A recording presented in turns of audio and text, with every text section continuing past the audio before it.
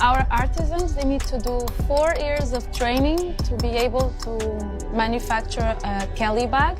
This that you've just seen, the perlage, you need to be very skilled and very, very good.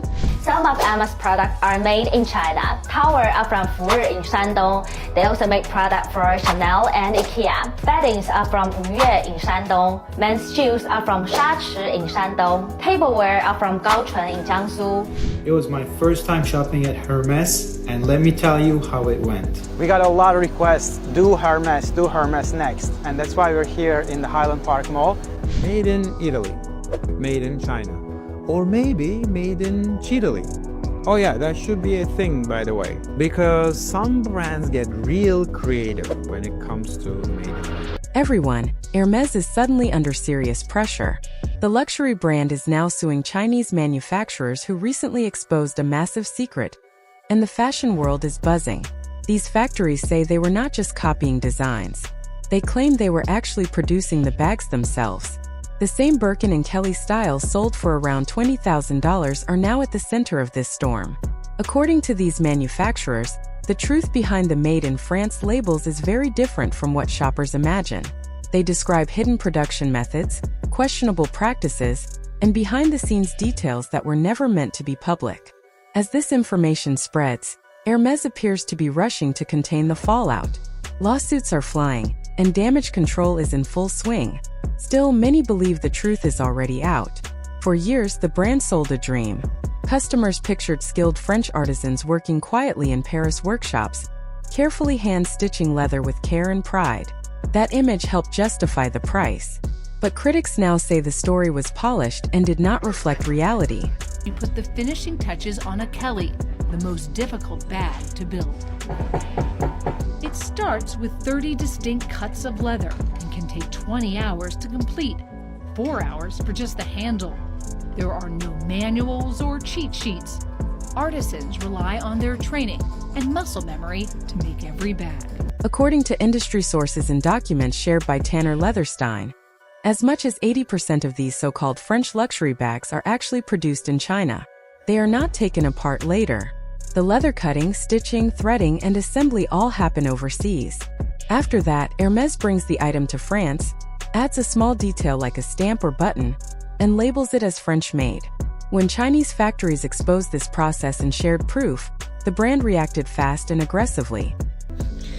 So Hermès has put out a response to China, and they have like a video in a factory sort of showing people trying to show that they're actually the ones who are making the bags in a factory somewhere in. Enter Tanner Leatherstein, a well-known voice in the luxury space. He is not just another person chasing views online. He is a trained leather specialist with a strong following who breaks down designer items in a very direct way. Tanner buys high-end bags and cuts them open on camera to show exactly what customers are paying for.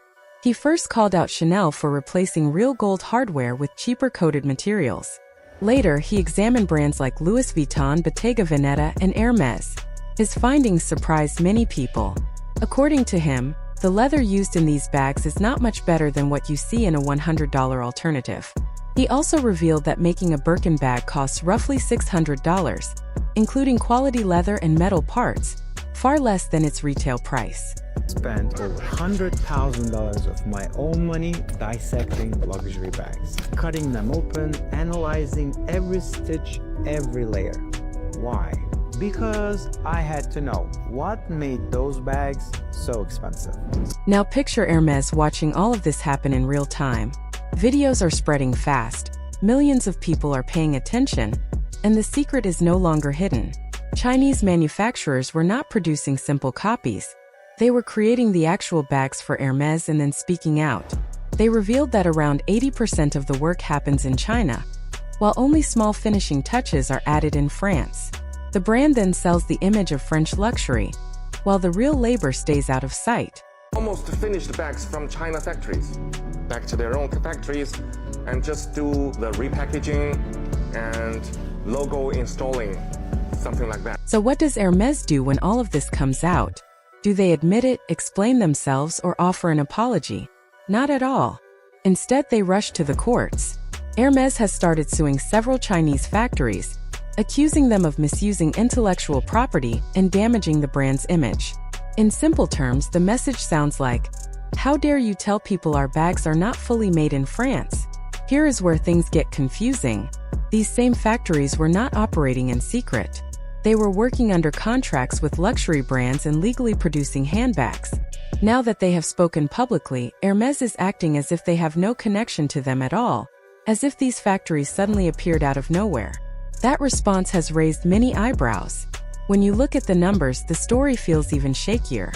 Hermès reported about $15 billion in revenue in 2024. That means a huge number of bags were sold. If one Birkin truly takes 2 full days to make by hand, people are asking a fair question. Where is this massive workforce of French artisans producing all of them? The math simply does not line up. Hermès is also not the only brand facing this criticism. Labels like Prada, Chanel, and Louis Vuitton have been accused of using a similar setup. Most of the work happens in China, while a small detail is finished in Europe to justify a luxury label. Many now see this as clever marketing rather than full transparency, and consumers are starting to notice. Chinese supplier behind product. Bags are from Siton Handbag in Dongguan City, Guangdong Province. It's a factory specializing in handbags for 54 years, and it produces 80% of the world luxury bags. As more people start learning what is really going on, resale values are beginning to drop. Buyers are realizing they spent $25,000 on a bag that may have been made in the same factory as a $400 alternative. When Tanner and other creators break these bags down, some that claim to be full calfskin turn out to use coated or lower-grade leather instead. That discovery has collectors feeling uneasy and customers feeling angry. Many are asking the same question. If the brand is not truly about superior materials or craftsmanship, then what were they really paying for? For a lot of people, the answer feels obvious now. They were paying for the image, the illusion. For years, Western luxury houses pushed the idea that products made in China were automatically low quality. That belief no longer holds up. Modern Chinese factories produce high-level leather goods using advanced machines, skilled workers, and strong materials. In reality, many luxury brands use the very same factories that also make mid-range items and even cheaper versions. The difference often comes down to branding and labeling, not construction. Because of this, hearing that something is made in China does not mean it is poorly made. In some cases, it may be just as good or even better than items finished in Europe. There are many stories online about people owning factory extras without logos that match expensive products exactly. One creator shared that she owned boots from the same factory as a well-known brand, minus the label, and paid almost nothing. The only real difference was the name attached. Making his boots in China, and that is these boots right here. This is pretty much the UGG boot that most Americans will have in their house. I was very pissed off when I found out the truth because I grew up in Southern California. I remember being in elementary school when I would only see 2 people in the entire school wearing UGG boots, and they were always the cool surfer kid. Western media has trained people to believe China means poor quality while Europe means luxury. When you look closer, it is mostly branding and storytelling. Many of these labels are owned by private equity groups that focus on volume and profit, not tradition. They sell expensive products to shoppers who trust the image. Now that buyers are learning the truth, the industry feels threatened. Tanner Leatherstein is not tied to any company. He is not pushing products or sponsorships. He shows the process, explains materials, and proves claims with evidence. He even cut open his own wallet collection that cost $1,800 to reveal the inside. What he found was the same outcome. Those bags I cut open, just expensive, nothing special. But it feels truly exceptional. Let's be honest for a moment. Designer brands wouldn't be as popular without celebrities showing them off like trophies. Do you really think they buy Birkins or Chanel just for fun? Most of the time, these items are gifted or they're paid to wear them. This is called strategic placement. For example, the brand gives Cardi B a $60,000 bag.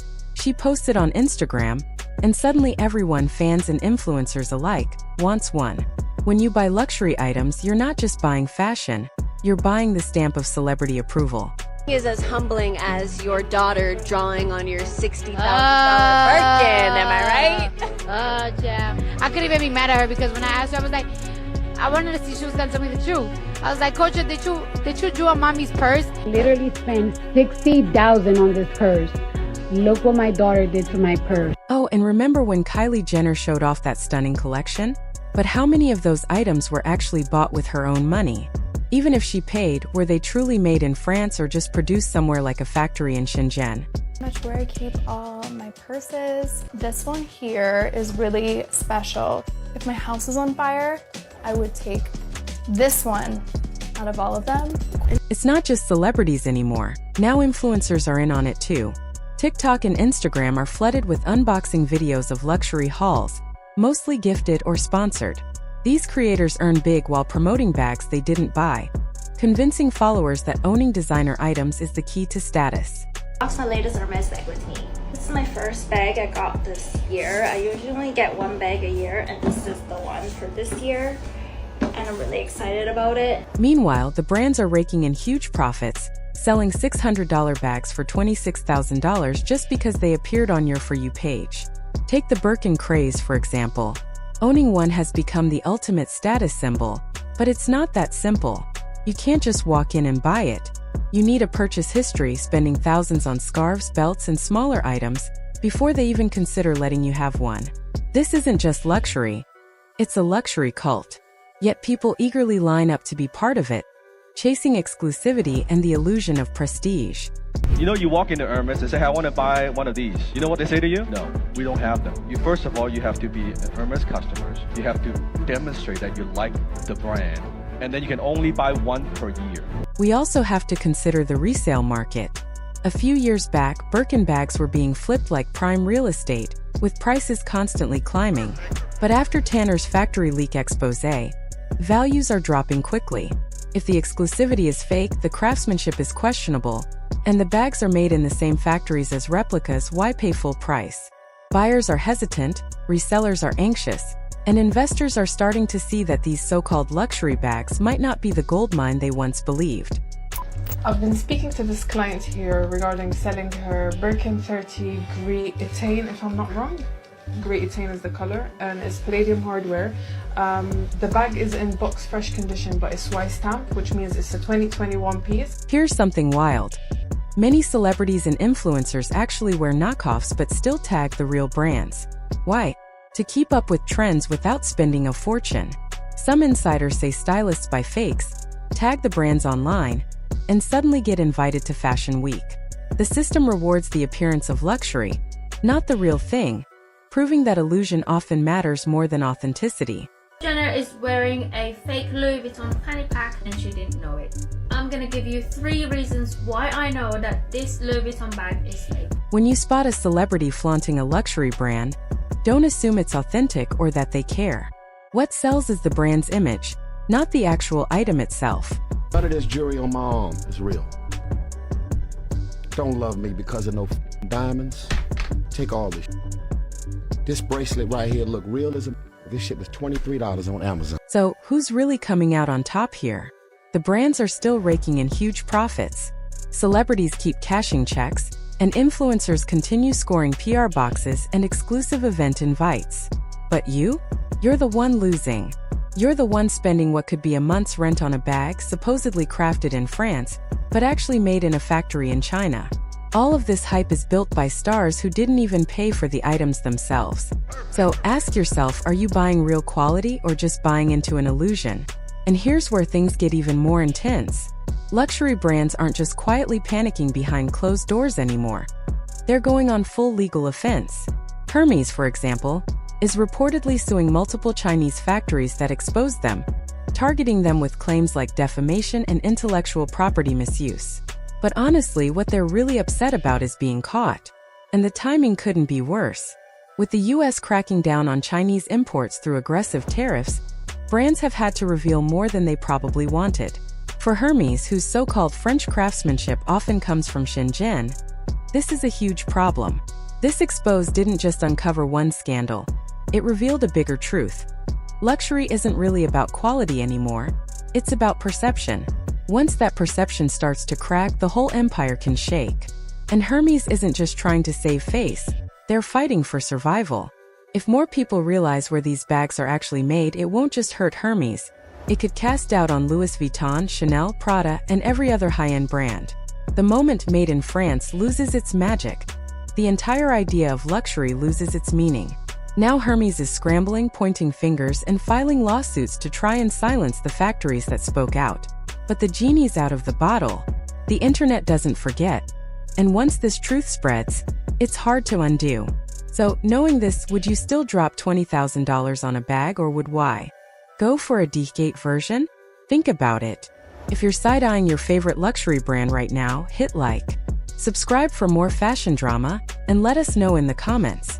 Should celebrities be held accountable for promoting overpriced products?